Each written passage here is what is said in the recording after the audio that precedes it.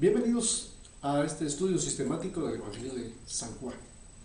La semana anterior finalizamos el capítulo 3 y hoy estamos dispuestos y oro para que el Señor también ponga esa disposición en sus corazones para que juntos podamos, al abrir las Escrituras, escudriñarlas, meditar en ellas, aplicarla a nuestro corazón, como lo que hizo Esdras en su tiempo. La Escritura dice que Esdras aprendió las Escrituras y las aplicó a su corazón y luego las enseñó al pueblo por preceptos o mandamientos. Y creo que la intención, y aunque hay un dicho popular que dice que de intenciones está empedrado el camino al cielo, nuestra intención no es ayudarle, sino más bien a que también juntos podamos no solo escuchar lo que ya otros han investigado, sino que juntos podamos hacer una tarea de estudiar, de preguntar o de cuestionarnos a sí mismos y luego en casa buscar la ayuda del Espíritu Santo y pedirle que nos ayude a seguir entendiendo las Escrituras. Es Juan el que nos enseña, más adelante lo vamos a ver en el siguiente capítulo, que si nosotros escudriñamos las Escrituras, dice que ellas son las que dan testimonio de Jesús. Así que hoy queremos que la palabra por sí misma, que se interpreta a sí misma, dejemos que la Biblia se interprete a sí misma, se explique a sí misma, y eso es lo que haremos esta noche. Yo solamente seré un instrumento en manos del Señor para que juntos podamos aprender más de las Escrituras. Pero más que aprender, más que tener conocimiento, es poder poner en práctica y vivir lo que Dios ha dejado en su palabra como parte de su voluntad para los que ahora somos sus hijos, su pueblo, su iglesia. Esos somos, sus hijos, su pueblo, su iglesia. Bien, vamos a estudiar entonces el capítulo 4 del Evangelio en mención. Evangelio de Juan, capítulo 4. Se narra, y voy a mencionar de una vez de qué trata esta historia, pero luego vamos a ir esbozando y vamos a ir leyendo verso por verso hasta culminar, primeramente el Señor, esta fase inicial del capítulo 4. Antes de eso, recordemos que en el programa anterior, en el mensaje anterior, es Juan el Bautista exaltando a Cristo, y el final del capítulo nos enseña que el que tiene al Hijo, o que el que cree en el Hijo, tiene vida eterna, pero el que rehúsa creer en el Hijo no verá la vida, sino que la ira de Dios que está sobre él. Mencionamos que es importante creer en el Hijo, y más que importante es reconocerle y entregarle nuestra vida. Y también vimos cómo los hombres, en lugar de buscar la luz, se refugian más en las tinieblas, porque no desean que sus pecados sean redargüidos por la luz del Evangelio. Así que ahora vamos al texto y leemos entonces en el capítulo 4, y voy a leer la versión Reina Valera y luego haremos un análisis con otras versiones para continuar con este estudio. Bien, para los que están ya viéndonos en sus hogares, o que incluso también nos están ya viendo en otros países, queremos agradecerles por la oportunidad que nos dan de poderles guiar a través de este estudio. Así que juntos leamos las Escrituras. Cuando pues el Señor entendió que los fariseos habían oído decir: Jesús hace y bautiza más discípulos que Juan, aunque Jesús no bautizaba, sino sus discípulos, salió de Judea y se fue otra vez a Galilea. Estamos hablando de dos ciudades distintas y lo vamos a ver. Y le era necesario pasar por Samaria. Vino pues a una ciudad llamada Samaria, de Sicar, junto a la heredad que Jacob dio a su hijo José. Y estaba allí el pozo de Jacob. Entonces Jesús, cansado del camino, se sentó así junto al pozo. Era como la hora sexta. Vino una mujer de Samaria a sacar agua, y Jesús le dijo: dame de beber, pues sus discípulos habían ido a la ciudad a comprar de comer. Y la mujer samaritana le dijo: ¿cómo tú, siendo judío, me pides a mí de beber, que soy una mujer samaritana? Porque judíos y samaritanos no se tratan entre sí. Respondió Jesús y le dijo: si conocieras el don de Dios y quién es el que te dice: dame de beber, tú le dirías, y él te daría agua viva. La mujer le dijo: Señor, no tienes con qué sacarla, y el pozo es hondo. ¿De dónde pues tienes el agua viva? ¿Acaso eres tú mayor que nuestro padre Jacob, que nos dio este pozo, del cual bebieron él, sus hijos y sus ganados? Respondió Jesús y le dijo: cualquiera que bebiere de esta agua volverá a tener sed, mas el que bebiere del agua que yo le daré no tendrá sed jamás, sino que el agua que yo le daré será en él una fuente de agua que salte para vida eterna. La mujer le dijo: Señor, dame esa agua, para que no tenga yo sed, ni venga aquí para sacarla. Jesús le dijo: ve, llama a tu marido y ven acá. Respondió la mujer y dijo: no tengo marido. Jesús le dijo: bien has dicho, no tengo marido, porque 5 maridos has tenido, y el que ahora tienes no es tu marido. Esto has dicho con verdad. Le dijo la mujer: Señor, me parece que tú eres profeta. Nuestros padres adoraron en este monte, y vosotros decís que en Jerusalén, en el lugar donde se debe adorar. Jesús le dijo: mujer, créeme, que la hora viene cuando ni en este monte ni en Jerusalén adoraréis al Padre. Vosotros adoráis lo que no sabéis, nosotros adoramos lo que sabemos, porque la salvación viene de los judíos. Mas la hora viene, y ahora es cuando los verdaderos adoradores adorarán al Padre en espíritu y en verdad, porque también el Padre tales adoradores busca que le adoren. Dios es espíritu, y los que le adoran en espíritu y en verdad es necesario que le adoren. Vamos a finalizar leyendo este último versículo y luego entraremos en la interpretación, explicación y aplicación. Le dijo a la mujer, verso 25: sé que ha de venir el Mesías, llamado el Cristo. Cuando Él venga, nos declarará todas las cosas. Jesús le dice: yo soy el que habla contigo.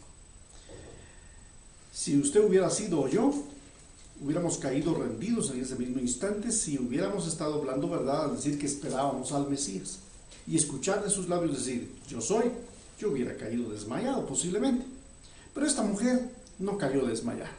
Pero vamos a ver más adelante las cosas que esta mujer sí hizo en esta intervención de Jesús con ella en el pozo de Jacob. Bien, cuando la Escritura nos habla de esta historia, habla de una historia en donde se menciona que la mujer que tuvo este encuentro con Jesucristo se le conoce como la mujer samaritana. No se da su nombre.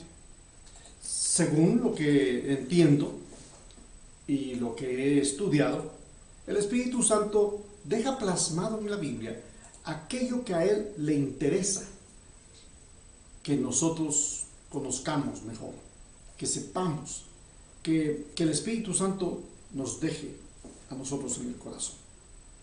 Así que al iniciar con este capítulo 4 de Juan, usted y yo hemos oído esta historia, Y más que esta historia, vamos a ver las verdades que aquí vamos a poder encontrar. Lo primero que encontramos en este capítulo es que cuando Jesús entendió, dice que los fariseos habían oído decir que Jesús hace y bautiza discípulos más que Juan. Entonces Jesús, que en realidad dice la Escritura, no era él el que bautizaba, sino que sus discípulos, cambia su rumbo en cierto modo. Y entonces en el verso 3 dice que esto fue en Judea, y cuando esto sucedió en Judea, partió de Judea otra vez para Galilea. Usted puede ir a la parte posterior de su Biblia, buscar uno de los tantos mapas que muchas Biblias traen. Ahí usted va a encontrar mapas del tiempo del Éxodo, mapas en donde Pablo también desarrolló sus viajes misioneros, pero previo a eso está también la ubicación de las regiones que Dios heredó en la tierra prometida a los hijos de Jacob. Y la Escritura aquí nos enseña que estaban en una región en donde esta región había sido heredada, y esta región es Sicar, junto a la heredad que Jacob le había dado a José.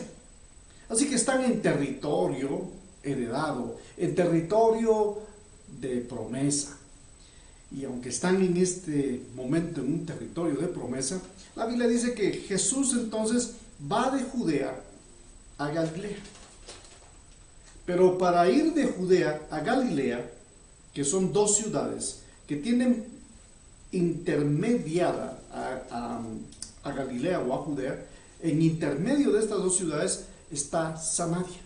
Así que al ir a un mapa usted se va a dar cuenta que al norte usted va a encontrar Galilea, Galilea de los gentiles, o en donde usted ubique el mar de Galilea, esa es la región de Galilea, en donde Jesús también desarrolló su ministerio, y por eso es que a los discípulos se les llamó Galileos. Estos son los discípulos de Jesús que también son Galileos. Así que de Galilea él vino a Judea, y cuando escucha que están diciendo que Jesús bautiza más que Juan, entonces Juan declara y dice que Jesús no bautizaba. Así que cuando usted en algún momento escuche y que Jesús bautizaba, pues aunque ese era el rumor, Juan, el discípulo más cercano a Jesús que escribe esta carta, él dice, o sea, Juan es el testigo ocular más cercano a Jesús y a su vida y ministerio hasta la cruz, e incluso hasta la resurrección también y ascensión. Todos los discípulos vieron esto. Así que ahora Jesús está cambiando de rumbo y sale de Judea, que es la región en donde está Jerusalén, y ahora Jesús regresa a Galilea. Pero era necesario, y dice la Escritura en la versión Reina Valera, y le era necesario pasar por Samaria. La versión de la Biblia, Nueva Versión Internacional, la NBI, nos dice que tenía que pasar por Samaria. Así que no solo era necesario, sino que tenía que pasar. Alguien diría, ¿debía pasar? También. Así que usted y yo podemos usar estos tres verbos: debía, tenía y debía pasar. Estos muestran entonces el plan que Jesucristo tenía de pasar ahora por Samaria. Ahora, ¿qué es lo impactante o qué es lo interesante de hablar de Judea, Galilea y de Samaria? Aquí estamos hablando de tres regiones o de tres ciudades. En nuestro medio, hablando de nuestro país, Guatemala, nosotros no les llamamos a otras ciudades solo ciudades. Y aunque tengan la calidad de ciudad, sabemos que esa ciudad es parte del departamento de. En Estados Unidos son estados. en Israel eran provincias. Entonces, ahora Jesús está en la provincia de Judea y desea o tiene que ir a Galilea, su provincia. Pero es necesario pasar por Samaria. ¿Y qué es la gran novedad de pararme tanto tiempo aquí en esta explicación? Sucede que nadie que era judío, que viviera en Judea o que viviera en Galilea, pasaba por Galilea. No pasaba. Era una región grande, es una región tan grande como el ancho del país de Israel. Aunque es un país pequeño, pero usted imagínese el ancho de un país, y la región de Galilea estaba en el centro, a un costado de Galilea y de Judea y de Samaria, corría el río Jordán. Así que los judíos no pasaban por Galilea nunca, porque porque los samaritanos no eran judíos puros. Los galileos son judíos puros, los de Judea son judíos puros, pero los samaritanos son mestizos, son una mezcla entre judíos y mujeres de descendencia asiria o siria, o de mujeres asirias o sirias mezcladas con hombres judíos, de lo cual salió una nueva raza, una nueva descendencia a la que le llamaron Samaria. De hecho, ahí en Samaria, muchos años antes de Jesús, en época de los profetas como Isaías y Jeremías y Ageo, y en tiempos de Esdras y Nehemías, esta región se había convertido en la capital del reino o del imperio del imperio asirio. Y ahí es donde surge entonces la nueva descendencia o las nuevas familias que son un mestizaje. Dios había prohibido el mestizaje. En el pasado había un comercial de una bebida que el eslogan era "cada oveja con su pareja". Y la bebida era una bebida gaseosa, y el anuncio era interesante porque entre el sonido del balar de las ovejas surgía el eslogan "cada oveja con su pareja". Para mencionarles, era Arsi Cola. Arsi Cola era su eslogan, cada oveja con su pareja. Si para Arsi Cola cada oveja tiene su pareja, para los judíos era mucho más importante, porque Dios había dado la orden que para casarse debían de ser de la misma fe y de la misma descendencia. No estamos hablando de la misma familia, no estamos hablando aquí de lo que hoy las leyes de muchos países han establecido, que entre primos no se pueden casar si son en primer grado, por los muchos conflictos que eso puede producir, retrasos, problemas hereditarios que se pueden dar por la consanguinidad cercana. Así que aquí no hay esa consanguinidad, sino más bien era una orden del Señor que no debían de unirse judíos con otras naciones paganas. Pero en tiempos de conquista pasada, los de Samaria, los habitantes de Samaria, se mezclaron con otras naciones. Y eso entonces lo saben galileos y lo saben los de Judea. Y Jesús lo sabe. Y cada judío que quería pasar de Judea a Galilea, rodeaba por el lado del río, al lado del desierto de Perea, para ir sobre el lado de Iturrea, también al norte. Así que geográficamente no sé si los estoy ayudando o los estoy confundiendo, pero no es mi intención confundirlos, sino más bien explicarles que no pasaban judíos por el territorio de Samaria. Es como que yo quiera ir de aquí, de mi ciudad, a la capital, y me prohíban pasar por la siguiente ciudad que está en medio de mi ciudad y la capital. Tendría que rodear por otro lado, porque ahí había gente mestiza. El mestizaje entonces era mal visto por los judíos, de tal manera que para los judíos un samaritano era visto como un perro, así literalmente. Eran despreciados, el judío despreciaba. ¿Se recuerda usted de la parábola donde Jesús habla acerca de aquel hombre que va en el camino y lo asaltaron unos hombres y lo golpearon y lo dejaron casi muerto? Y viene un judío, y la Biblia habla de que era un líder religioso, y cuando le ve maltrecho y malherido en el camino, dice que pasó de largo.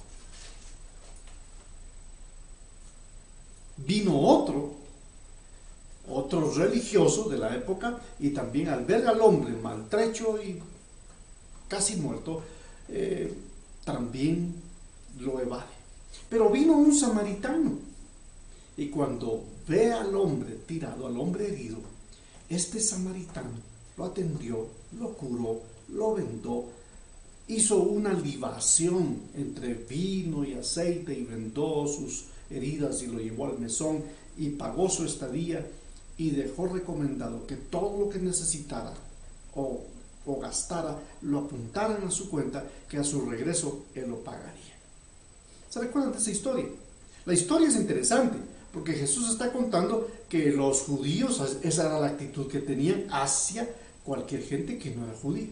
La evadían, no se contaminaban ellos. Es como lo que hoy pasa, que el saludo es de puño o de codo o simplemente de lejos. Pero esta es una circunstancia. Aquella era una forma de vida. Así que ahora Jesús está allí necesitando pasar por Samaria, lugar por el cual nadie va a pasar.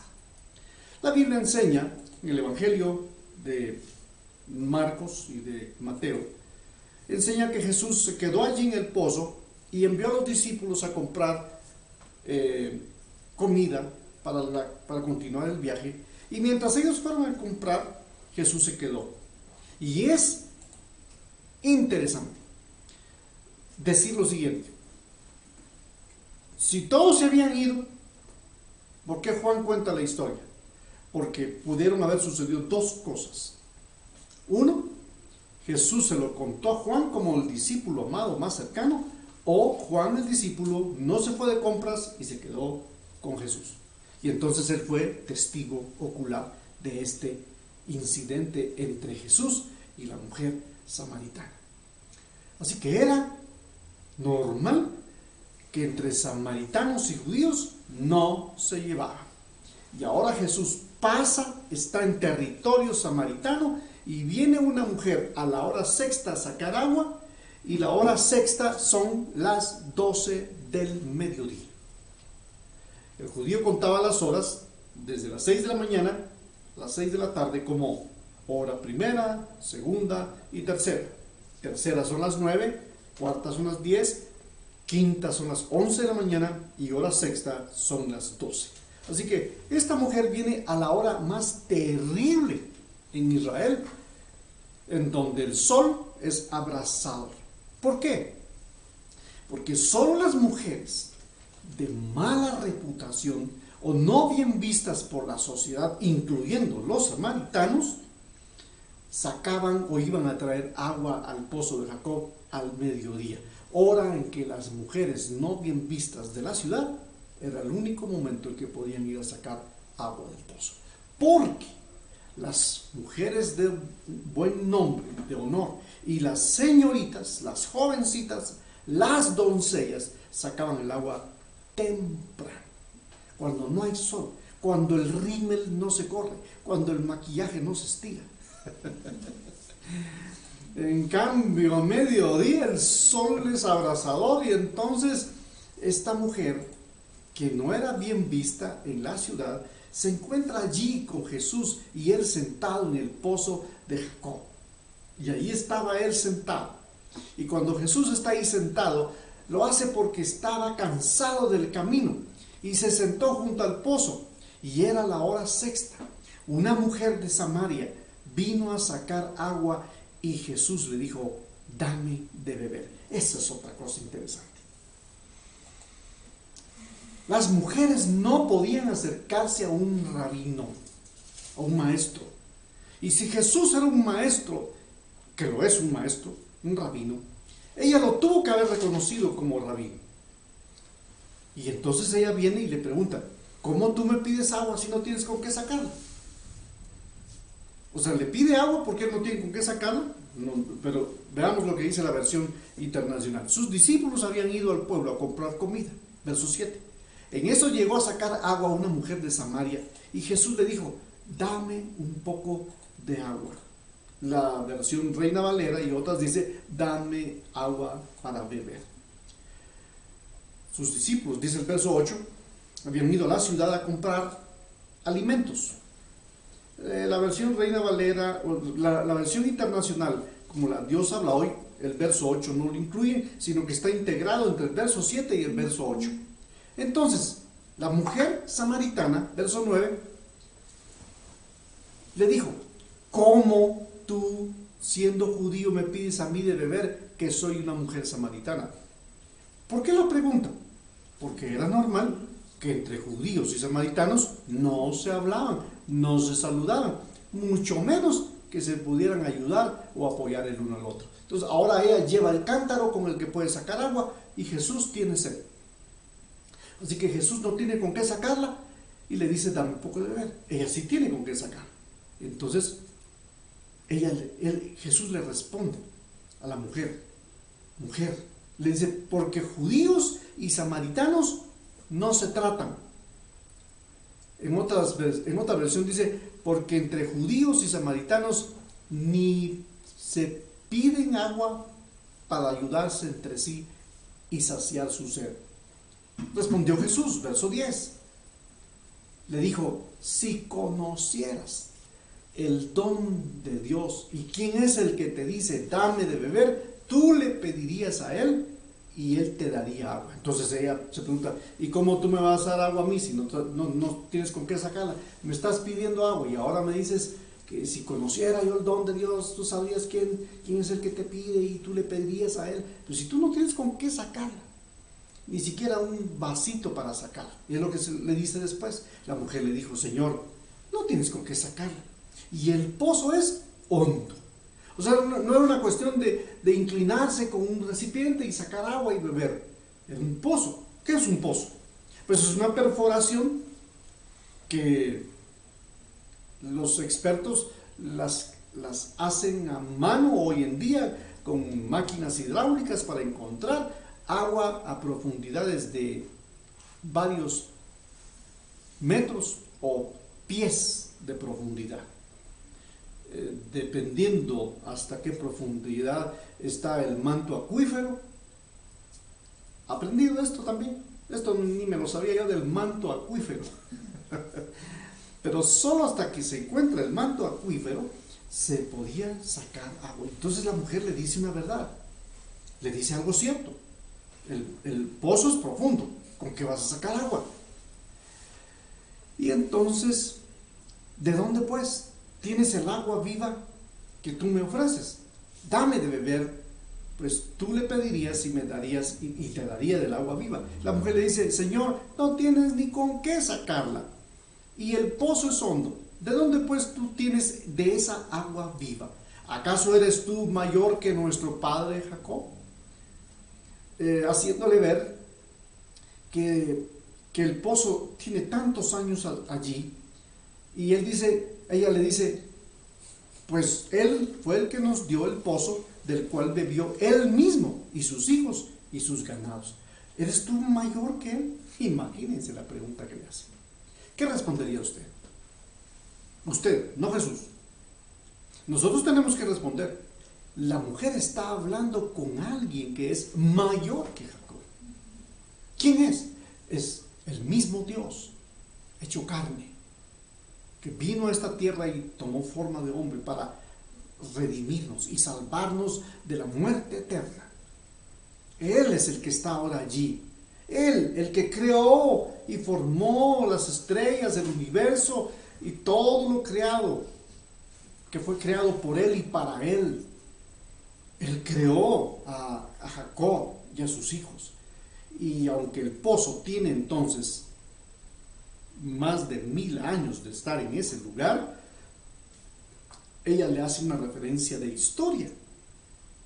Y debido a esa referencia de historia que ella le hace, respondió Jesús y le dijo: todo el que beba de esta agua volverá a tener sed.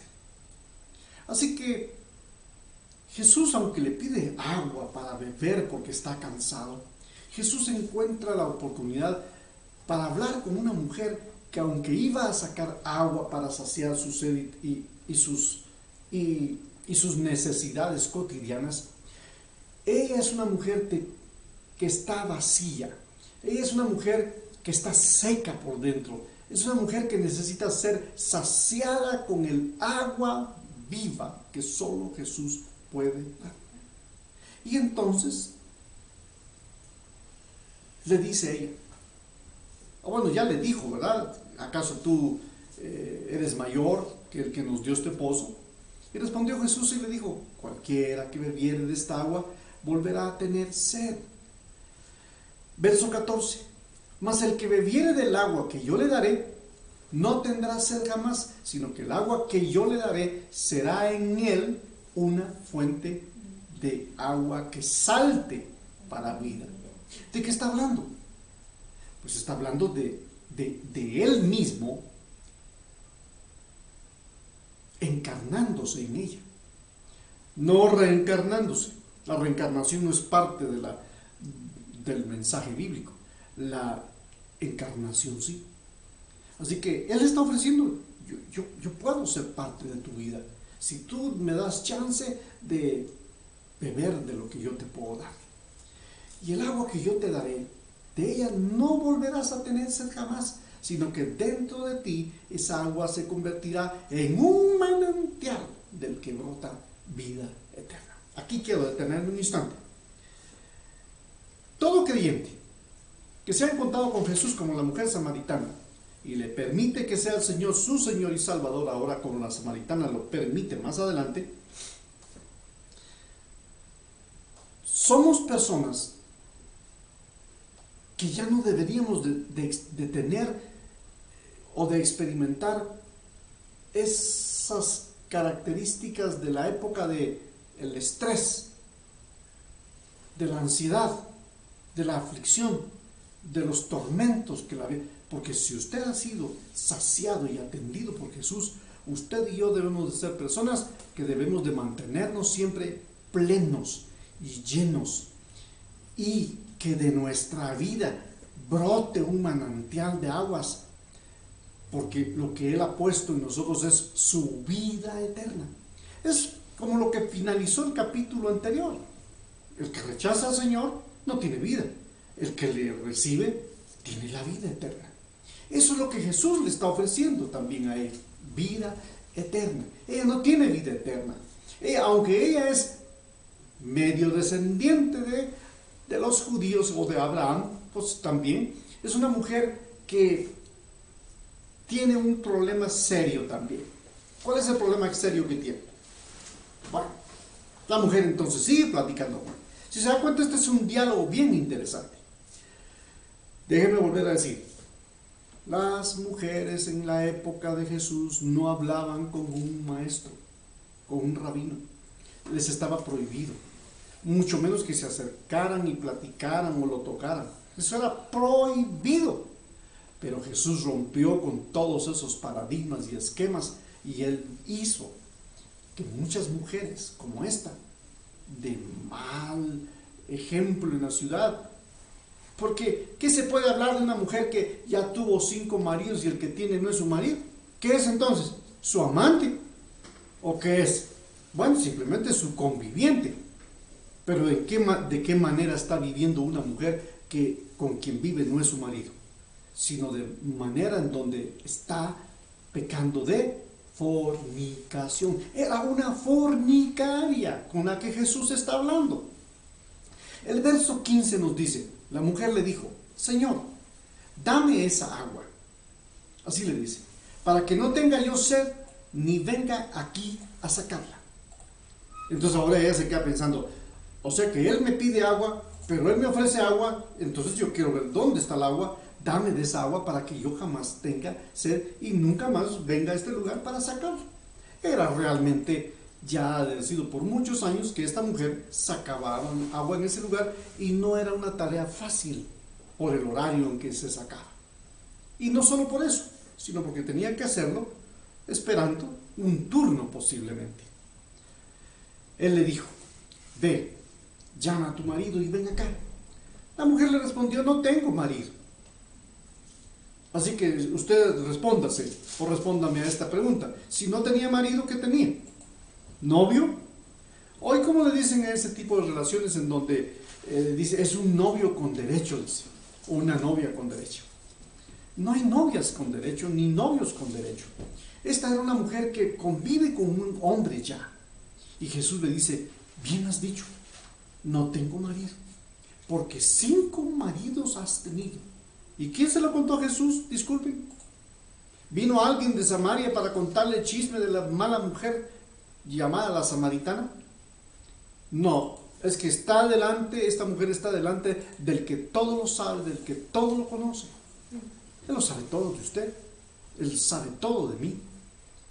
Yo, por más que quisiera ocultarle mi manera de pensar, o mi manera de hablar o de actuar, si es que tuviera una mala manera de pensar, o una mala manera de hablar, o una mala manera de actuar, Dios la conoce bien. Por eso es que trato de pensar como debo, como es debido. Trato de hablar y me esfuerzo en hablar para honrarlo, y me conduzco para ser aprobado por el Señor. Así que esta mujer tiene un grave problema. Tiene un marido que no es su marido.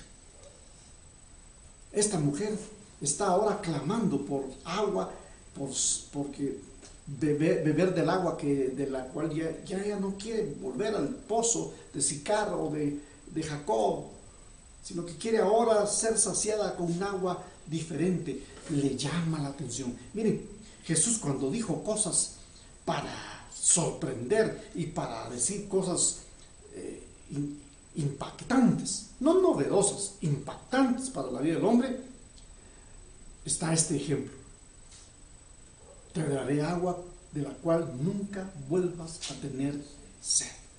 A los discípulos les dijo algo también así impactante: ya no serán más pescadores de peces, sino los haré pescadores de hombres. Dígame, ¿eso no es impactante? ¿Eso no llama la atención? Claro que llama la atención. Ellos desearon entonces dejar las redes por ser pescadores de hombres. Ahora esta mujer quiere dejar allí su cántaro y quiere beber del agua que Jesús ofrece, porque es un agua de la cual Él le dijo: saltarán de ti manantiales de vida y no volverás a tener sed. Dame. Y entonces Jesús le dice: bueno, lo voy a decir de esta manera. Jesús lo que le ofrece es: no te la voy a dar solo a ti, se la voy a ofrecer también a tu esposo. Y por eso le dice: llama a tu marido. ¿Por qué no le dijo solo a ella? Porque Jesús lo que quería era que esta mujer fuera transformada por quien es Señor y Dios. Y la mujer le dice, no tengo esposo. Jesús le dice: bien has dicho. Es cierto que has tenido 5 y el que ahora tienes no es tu esposo. En esto has dicho la verdad. Es lo único en lo que había dicho verdad, aunque hay otras cosas que había dicho que eran verdad. Lo del pozo de Jacob, que Jesús no tenía con qué saber, todo eso era cierto, pero esto es mucho más cierto, porque no era un aspecto de cosas externas que eran una información cierta. ¿Era cierto que Jesús no iba con qué sacarlo? Era cierto. ¿Era cierto que ella sí podía darle? Era cierto. Pero es más cierto que ella queda impactada cuando Jesús le muestra su condición interior. Es cierto, has tenido 5, pero ahora el que tienes no es tu esposo. En esto has dicho la verdad. responde. ¿Cómo estará esta mujer? Esta mujer no es de las que está allí hablando trivialidades, como muchas, con respeto a muchas damas, o muchas pláticas de muchas personas entre hombres o mujeres. Pero esta no es una conversación de las comunes y corrientes. Esta es una conversación directa, es una conversación de vida o muerte. Y mis amados hermanos, es interesante cómo la Escritura nos enseña que Jesús le dice, me doy cuenta. Bueno, ella se da cuenta de esto. Es cierto que has tenido 5 y el que ahora tienes no es tu esposo. En esto has dicho la verdad. Verso 19. Señor, me doy cuenta de que tú eres profeta. Ahora la pregunta es, ¿para usted Jesús es profeta? No el profeta según los testigos de Jehová, no el profeta según los musulmanes, porque los musulmanes, como los hindúes, como las religiones del Medio Oriente o de la India, creen que Jesús simplemente fue un profeta. Aquí estamos hablando de Jesús como un profeta, de Jesús como un profeta que conoce la vida de las personas. Y Jesús conoce la vida de esta mujer profundamente. En mi vida he tenido la oportunidad de haber escuchado ya a 2 profetas que me han hablado directamente y que han dicho de mí cosas que solo yo sé, que solo mi esposa sabe, o que incluso mis hijos también. Y uno se pregunta, ¿quién le dijo? Porque para empezar, estos 2 profetas con los que, 3 profetas con los que he tenido la oportunidad de que he conocido y han orado, o simplemente se acercaron para decirme, mira, dice el Señor, te veo de esta y esta manera, ha sido impactante. Pero ella está ante Jesús, donde Jesús está ejerciendo su ministerio, o parte de la misión ministerial de Jesús como profeta. Señor, me doy cuenta que tú eres profeta. Y dice en el verso 20, nuestros antepasados adoraron en este monte, pero ustedes los judíos dicen que el lugar donde debemos de adorar está en Jerusalén. Jesús entonces le contesta, créeme, mujer, que se acerca la hora en que ni en este monte ni en Jerusalén adorarán ustedes al Padre. Está hablando a los samaritanos. Ahora ustedes adoran lo que no conocen. Imagínense.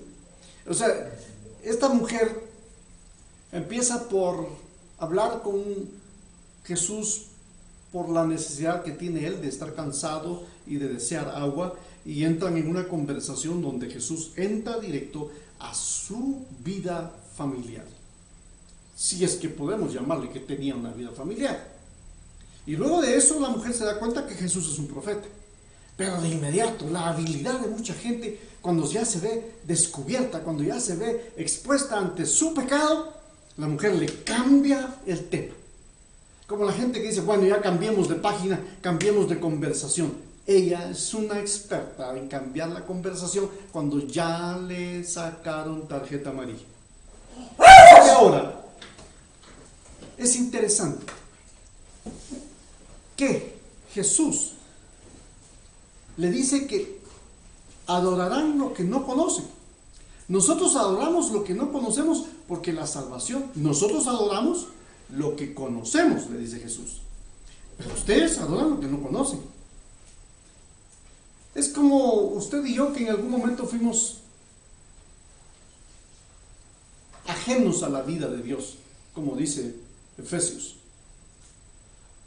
Toda la gente, todos los que fuimos ajenos a la vida de Dios, adorábamos cualquier cosa, o pensábamos que estábamos adorando a Dios. Y entonces íbamos detrás de cualquier religión o filosofía. Pero no, y pensábamos que estábamos bien, pero estábamos mal. Los samaritanos eran igual. Esta mujer está igual. Ella piensa que por adorar en Refidim es lo correcto. Jesús le dice, pues no es ni aquí ni allá. No es ni, sino es en espíritu y en verdad, que le dice más adelante. Ahora le dice Jesús, ustedes adoran lo que no conocen. Nosotros adoramos lo que conocemos, porque la salvación proviene de los judíos. Aquí le tocó un asunto que como samaritana posiblemente hizo algún gesto, posiblemente se sintió nuevamente como rechazada, porque Jesús lo que le dice es, los judíos, por los judíos, provino a los judíos la salvación, porque a los suyos vino, dice la Escritura, hablando en Juan 1:12, hablando de Jesús, a los suyos vino, y los suyos no le recibieron. Ahora entonces, dice el verso 23, y voy a ir finalizando, y si no finalizo la porción de la Escritura que leímos, continuaremos el próximo martes. Le dice en el verso 23, pero se acerca la hora, dice, y ha llegado ya, en que los verdaderos adoradores adorarán al Padre en espíritu y en verdad, porque así quiere el Padre que sean los que le adoren. Y le dice, Dios es espíritu, y quienes lo adoran deben de hacerlo en espíritu y en verdad.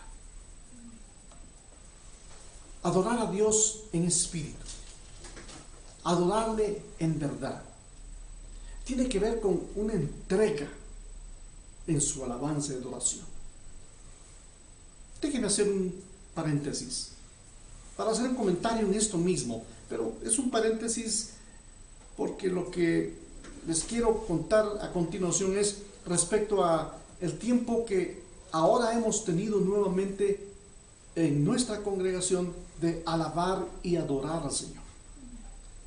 Durante 9 meses, desde el 14 de marzo de este año hasta el inicio del mes de diciembre, estuvimos desarrollando nuestra reunión dominical a través de las redes sociales, de las cuales estamos agradecidos con el Señor porque podemos usarlas. Son una herramienta, no son la solución, porque la iglesia de Jesucristo ha sido llamada, creo que hasta la eternidad, para adorarle juntos al Señor. Porque vendrán del norte, del sur, del este, del oeste, de toda nación y le adorarán. Y de toda raza y de toda nación vendrán y le adorarán. O sea, lo de adorar y de exaltar a Dios y de alabarle juntos, eso es vital, es necesario. Yo espero que ustedes que no se han congregado aún, no estén cantando la ley del monte, la puerta negra, la camisa negra, o acompañados de los Tigres del Norte, o de Shakira. Porque ¿de qué les sirve escuchar esa música mundana, sin sentido? Mucha gente escucha música de suicidio. Y nosotros tenemos la oportunidad de haber sido llamados por Dios, un Dios que es espíritu y que desea que le adoremos en espíritu y en verdad. Y entonces ella viene, tremenda esta mujer, le cambió el tema de su vida moral. Jesús viene y le habla de su vida moral. ¿Cómo estaba su vida moral? Por los suelos. El marido que tiene no es su marido, es su conviviente y está en fornicación. Disculpe, le guste o no le guste, pero eso es lo que dice la Escritura y eso es lo que se entiende. Más claro, no canta un gallo, dice un dicho en nuestro medio. Y se mete a hablar se mete a hablar de fe, se mete a hablar de religión. Una mujer que está mal con Dios. Pero ella se mete a hablar de Dios. Y Jesús, como un caballero, viene y le dice, ok, ¿tú quieres estar interesada y saber acerca de adorar? Mírense. Los adoradores serán en espíritu y en verdad. Eso seguro conmovió, tocó las fibras más internas del alma, el espíritu, emociones y sentimientos de aquella mujer para darse cuenta que ella no estaba en esa condición espiritual para poder hacerlo. Y entonces viene ahora y se recuerda de algo. Sé que viene el Mesías, le dice, al que llaman el Cristo. No sé si ella estaba dispuesta a llamarlo Cristo, al que está ahora con ella hablando, es Jesús el Cristo. Pero ella hace mención de algo que sabe, tiene noción de algo. Y respondió la mujer, cuando Él venga, nos explicará todas las cosas. Y Jesús le contesta, ese soy yo, el mismo que habla contigo, dice la versión Dios habla hoy. ¿Quién era el Cristo que ella dice que llaman y que viene para explicar todas las cosas? Jesucristo, el Cristo. Pero ella dicen que vendrá. Y no se ha percatado que Él ya está allí con ella. Miren qué triste es cuando un cristiano solamente tiene información de Dios, pero no se ha percatado que Dios está allí dándole la oportunidad de conocerle, como esta noche Dios lo está haciendo. ¿Cómo? A través de su palabra. Él está diciendo a usted, conóceme, yo soy el mismo, el que habla contigo. Espero que esto bendiga su vida. Volveremos la próxima semana. Esperamos menos interrupciones. Hoy tuvimos hasta audiencia canina. Dios les bendiga. Que el año que está por finalizar sea en el futuro una herramienta para recordar que Dios ha sido bueno hasta el día de hoy. Hace unos instantes hablaba con un amigo, un hermano, y me decía, conozco personas que han muerto por este virus del COVID-19. Yo también he visto partir y he oído de personas que han partido. Por eso usted y yo debemos de venir y buscar a este Jesús que nos dice esta noche, ese soy yo, soy el mismo que habla contigo, ven. Así que le animo a que antes que este año finalice, usted esté a cuentas con el Señor, esté en paz con Él. Que si usted tiene algo pendiente con Dios, como dice el profeta Jeremías, venid luego y estemos a cuentas, que si tu pecado fuere como la grana, vendrá a ser como la limpia lana, o si fuere como el carmesí, vendrá a ser como la blanca nieve, como la nieve blanca, no la blanca nieve del cuento, sino como la nieve blanca, vendrá a ser tu pecado, si es rojo o si es carmesí. Dios quiere que vengamos y estemos a cuentas con Él, y que vengamos para poder adorarle en espíritu y en verdad. Antes que el año finalice, haga una lista, haga un recuento de las maravillas que usted ha recibido. No hablo de dinero o de bienes o de cosas que son una añadidura. Haga una lista de aquellas cosas en donde usted ha visto la mano poderosa de Dios sobre su vida. Quizás usted no tenga ni un centavo entre la bolsa, o tenga unas pocas monedas entre su bolsa, pero no le ha faltado ni un centavo, ni comida, ni abrigo, ni techo, ni familia. Y Dios bendiga su vida. Pero recuerde que el año que está por venir es algo que también solo está en los designios de Dios, que Él nos muestre su voluntad. Hay personas que a veces dicen, bueno, ojalá, vamos a ver que este año, a ver cómo va, esperamos que el Señor nos bendiga. ¿Y por qué decimos esas cosas?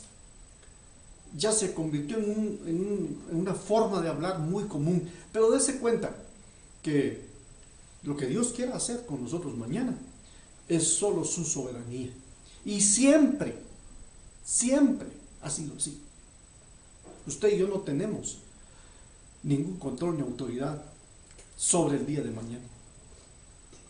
Solo el Señor. ¿Qué Señor? El que ahora llegó al pozo de Jacob y se sienta con una mujer a platicar, le descubre su vida moral. Ella se escuda en la religión y pregunta de cosas que ni conoce, y Jesús la lleva a la verdad. Dios busca adoradores en espíritu y en verdad. Que el Señor les bendiga. Volvemos la próxima semana, ya en el 2021.